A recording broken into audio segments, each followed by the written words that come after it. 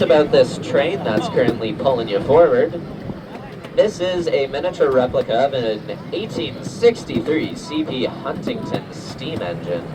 Now the original Huntington Steam engine had a major role in the building of the western portion of the first transcontinental railroad from 1864 to 1869. So that is pretty cool.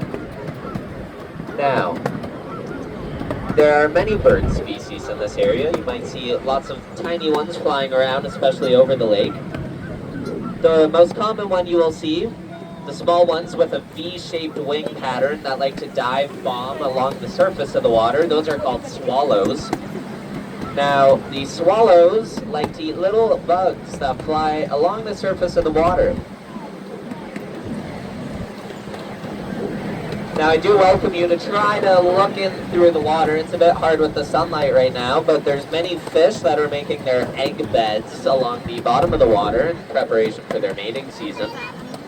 There's many fish in these waters. The most common ones are sunfish, catfish, trout, and even bass. Now this is very cool. On our right hand side we can actually see a goose that is nesting on a little island. So when its babies are born, they have a whole island all to themselves. How cool is that? The small birds that one of them's flying across the lake on our left hand side, those guys often like to stand right in front of the train as we're trying to go through. And they're called sand plovers. They camouflage well in sandy areas or along the rocks. That's why they're usually found by the beach or along the coastline. However, they camouflage very well on the tracks that we are going across, and that makes it a little hard to spot them sometimes. However, they always make sure not to get run over, and they will usually just run around in front of the train. Now these very, very large trees on either side of us, these are actually willow trees. Now, normally, at least for me, when I think of a willow, I think of that big old hanging tree, but these don't quite look like that, and that's because they're actually a different species of willow. They're not weeping willow. But they're usually found along the water side because they have very deep root systems and they need lots of water in order to survive. Furthermore, if you look across on the right, you can see many little baby goslings and geese families. Now, hundreds of Canadian geese nest at African Lion Safari every single year. And if you're looking on the right side and you see these fence posts, this is very exciting, but that might actually be a new spot for our elephants to run around, a new little enclosure for them. And it's a beautiful spot with those red pine along the sides.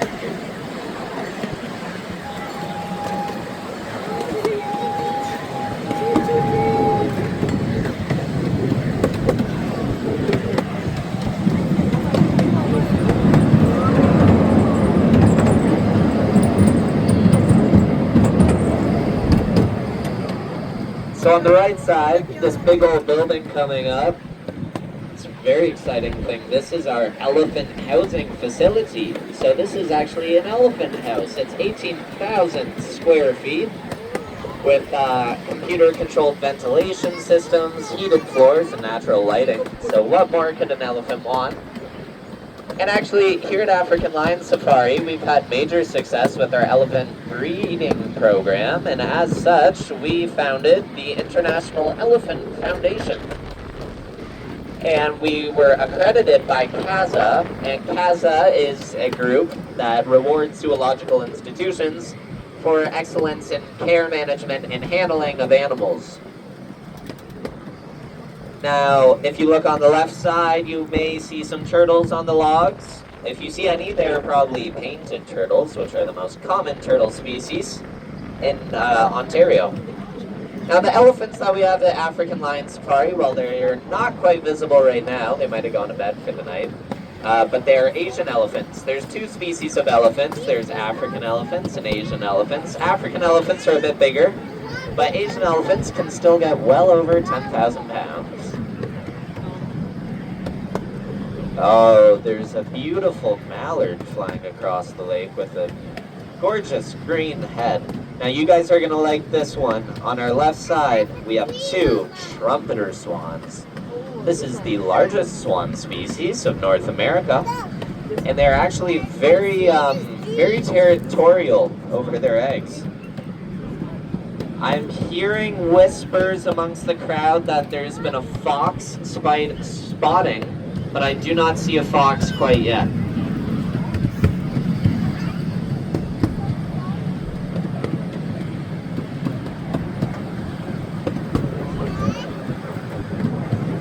Now, you might see some boxes on some of the trees in this area. Those are actually bat boxes, so it's like a birdhouse, but for a bat.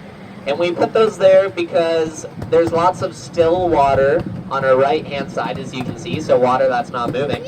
And mosquitoes love making babies in that water and laying their larvae in it. And nobody likes mosquitoes, so we just decided we'd take a naturalistic approach, get a big bat population to reduce mosquito numbers.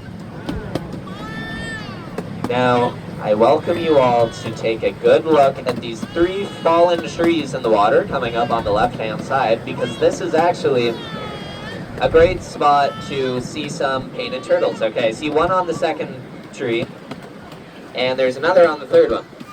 Oh, there's quite a few on the third.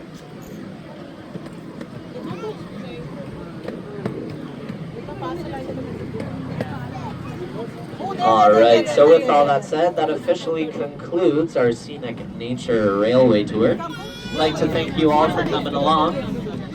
And just a reminder, there's many other things to see at this area of the park. There's three wild animal shows just down the path on the right, as well as if you want to try to see the elephants, you can go to the end of Tusker Trail, and hopefully they're out for a view for you guys. I don't know if they fully went to bed for the night, but that's also a possibility. Now, just a heads up, these trains have kind of lower ceilings, so just watch your head as you exit, please.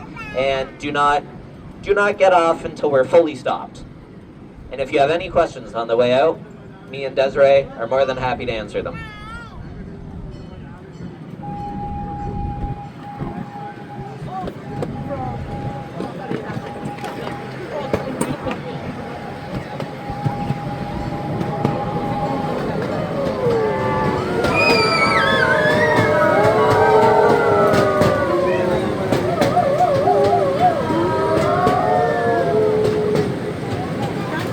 So we'll open this exit gate on your right side, and that's where you can head on out.